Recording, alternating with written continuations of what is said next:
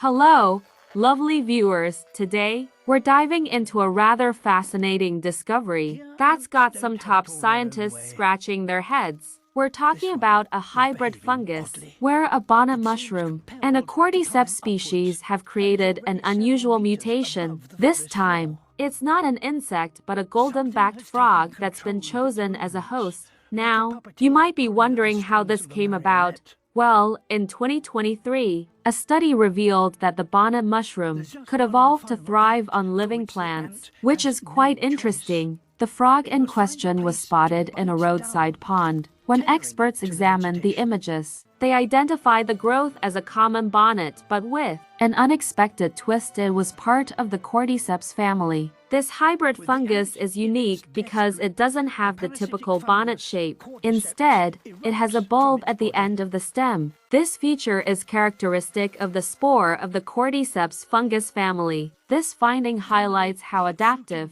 and dynamic fungi can be in different environments and with exposure to new hosts. So there you have it, a fascinating discovery that's got some of our top scientists scratching their heads. If you found this video fascinating too, don't forget to hit that like button and subscribe to our channel for more intriguing stories like this one. Thanks for joining us today, and we'll see you in the next video. Here, ants don't have it all their own way. This one is behaving oddly.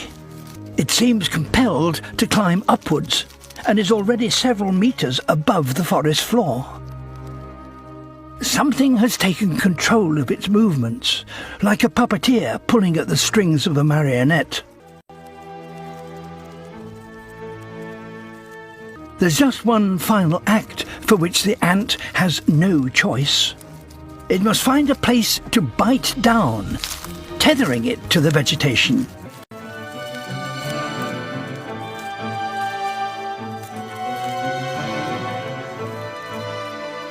With the ant in its death grip, a parasitic fungus, Cordyceps, erupts from its body.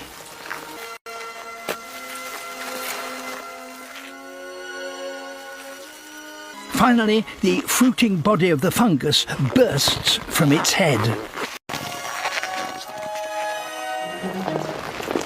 From this bulbous container, spores will be cast into the air currents, where they will claim more ant victims.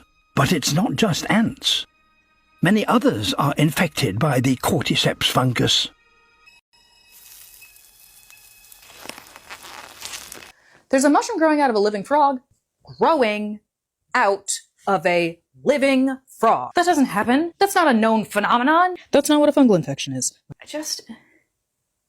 Sometimes you see things and you think, well, what am I supposed to do with this information?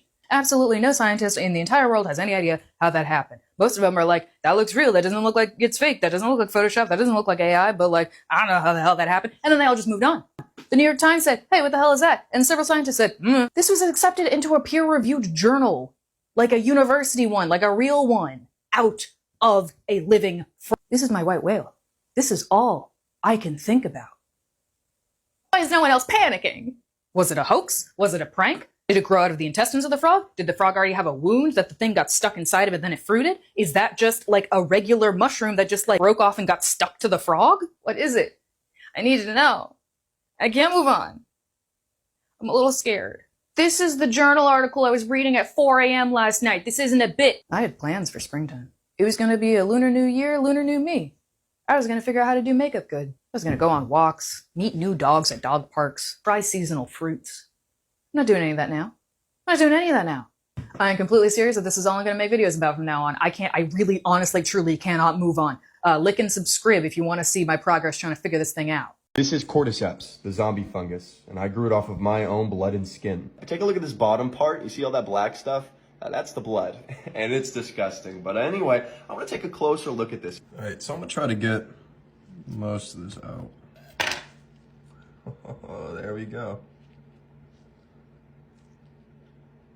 Here's it cut in half. Definitely not the most pleasant looking thing. I'm gonna try to see if I can find some of my skin. I tore it apart and I think I finally found a piece of my skin. see if I can get to focus. You see those little ridges in there?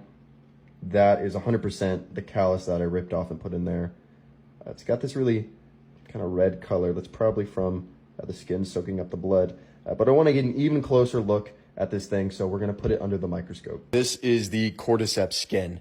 And I looked at multiple samples, and they all have this very disgusting yellow tinge. Here I zoomed in. This looks absolutely disgusting. But right in the middle here, I think this is where I found some visible hyphae growing on the skin. Okay, so here it is. This is what I'm fairly certain to be Cordyceps hyphae growing on the skin. This was real hard to find. I'm not the best at using a microscope yet. But yeah, if this is not Cordyceps hyphae, then I have no idea what it is.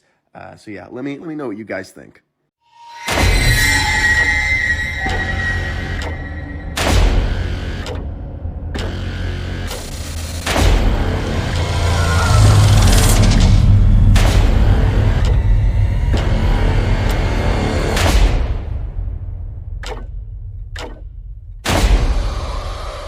Currently, there are no reasons for fungi to evolve to be able to withstand higher temperatures. But what if that were to change? What if, for instance, the world were to get slightly warmer? Well, now, there is reason to evolve. One gene mutates, and an Ascomycetia, Candida, ergot, Cordyceps, Aspergillus, any one of them could become capable of burrowing into our brains and taking control, not of millions of us, but billions of us. Billions of puppets with poisoned minds, permanently fixed on one unifying goal: to spread the infection to every last human alive by any means necessary. And there are no treatments for this, no preventatives, no cures. They don't exist. It's not even possible to make them. So if that happens, we lose.